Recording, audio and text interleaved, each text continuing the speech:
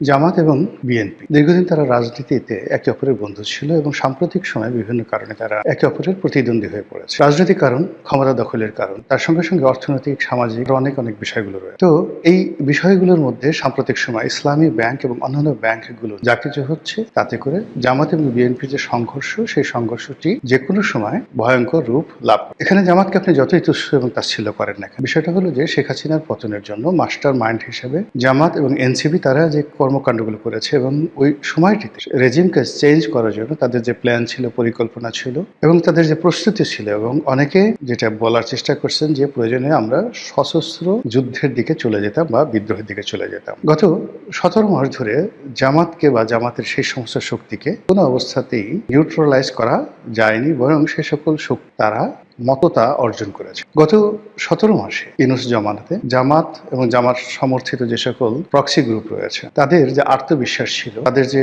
ক্ষমতা ছিল, কথাবার্তা ছিল, এর মূলে যে কেবলই মাত্র আবেগ তা নয়। সেখানে অর্থ ছিল, সেখানে বিত্ত ছিল, সেখানে অস্ত্র ছিল, সেখানে বিদেশি কানেকশন ছিল। এবং জামাতের মতো একটি সংগঠনের যে এত বহুমাত্রিক কানেকশন থাকতে পারে, এটা বিএনপি এখন যেভাবে বুঝতে পারছে না, একইভাবে জামাতের সম্পর্কে আওয়ামী লীগ চোখ বুজেছিল, তারা বুঝতে পারে। তাদের চোখের সামনে এই শক্তিটি বের হয়ে আসছে। এখন এই যে হঠাৎ করে তারেক রহমান সাহেব যে ক্ষমতায় এলেন, এতে করে কি জামাতের কোনো ক্ষমতা কমেছে না বেড়েছে? নিঃসন্দেহে বেড়েছে। এর কারণ হলো যে যেহেতু বিএনপি এখন ক্ষমতায় রয়েছে, বিএনপি ক্ষমতায় থেকে তারা যে সিনিয়র বা সিন ক্রিয়েট করতে পারবে, যেটা আওয়ামী লীগ জামানাতে সম্ভব ছিল। 2 নম্বর হলো যে তাদের আগে বিভিন্ন জায়গাতে তাদের যে প্রক্সি লোকজন ছিল, সেই প্রক্সি লোকজন 17 মাসে আরো শক্তিমত্তা অর্জন করেছে এবং একই সঙ্গে তারা যেভাবে বিএনপির বিরুদ্ধে ন্যারেটিভ গুলো তৈরি করে ফেলেছে, সেই ন্যারেটিভ গুলো তারা যেভাবে মার্কেটিং করছে, ব্যক্তি তারেক রহমান থেকে শুরু করে সালাউদ্দিন সাহেব এবং তারেক রহমান সাহেবের যারা পরিবার, একান্ত পরিবার পরিজন, আমরা নাম উচ্চারণ করতে পারবো না, তাদেরকেও টার্গেট বিভিন্ন বট বাহিনীর মাধ্যমে যে সকল অপপ্রচার চালানো হচ্ছে।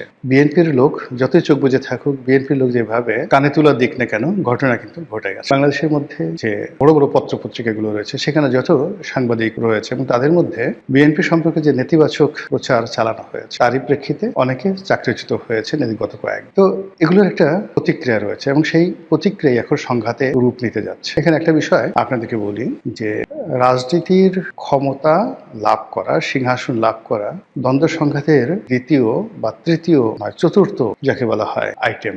এই যে যত যুদ্ধ দ্বন্দ্ব সংঘাত বাধে, সেখানে সিংহাসন নিয়ে বা সিংহাসনে বসা না বসা নিয়ে, এ থেকে যদি আপনি ধরেন, এটা 4 নম্বর। যুদ্ধ এবং দ্বন্দ্ব সংঘাতের 1 নম্বর কারণ নারী। এই পৃথিবীতে নারী নিয়ে যত যুদ্ধ হয়েছে, সেটা নারীর ক্ষমতায়ন বলেন, নারীর ক্ষমতাহীনতা বলেন, নারীর কান্না বলেন, নারীর অশ্রু বলেন, নারীর অপমান বলেন, কিংবা নারীর প্রেম বলেন, কিংবা নারীর বিশ্বাসঘাতকতা, নারীকে নিয়ে এই পৃথিবীতে সবচেয়ে বেশি যুদ্ধ হয়েছে। দ্বিতীয় যে যুদ্ধটা হয়েছে নারীর পরে, সেটা হলো অর্থ নিয়ে। টাকার লোভে মানুষ যুদ্ধ করেছে অথবা টাকার প্রয়োজনে যুদ্ধ করেছে। এখন যে ইরানে যুদ্ধ হচ্ছে, আমেরিকা টাকার প্রয়োজনে তারা যুদ্ধ করে চলেছে, লুটপাট করতে হবে। অন্যান্য বিষয় আছে, আমি শুধু এই দুটো বিষয় বললাম। নারী 1 নম্বর, 2 নম্বর হলো টাকা। আপনারা দেখেন যে গত 17 মাসে নারীর প্রসঙ্গ বাদ দেন, টাকার প্রসঙ্গটা যদি আমরা ধরি, তাহলে এখানে বিএনপি এবং জামাতের যে সম্পর্কটি, সেই সম্পর্কটির ক্ষেত্রে অর্থ যোগ এখানে মূল নিয়ামক ছিল। বিএনপির সঙ্গে জামাত যেটা পারেনি বা করতে পারেনি, সেটা হলো এই যে বিএনপির লোক যেভাবে চাঁদা কালেকশন করেছে, যেভাবে চাঁদাবাজি করেছে, এটা জামাত তাদের সাথে পেরে ওঠেনি।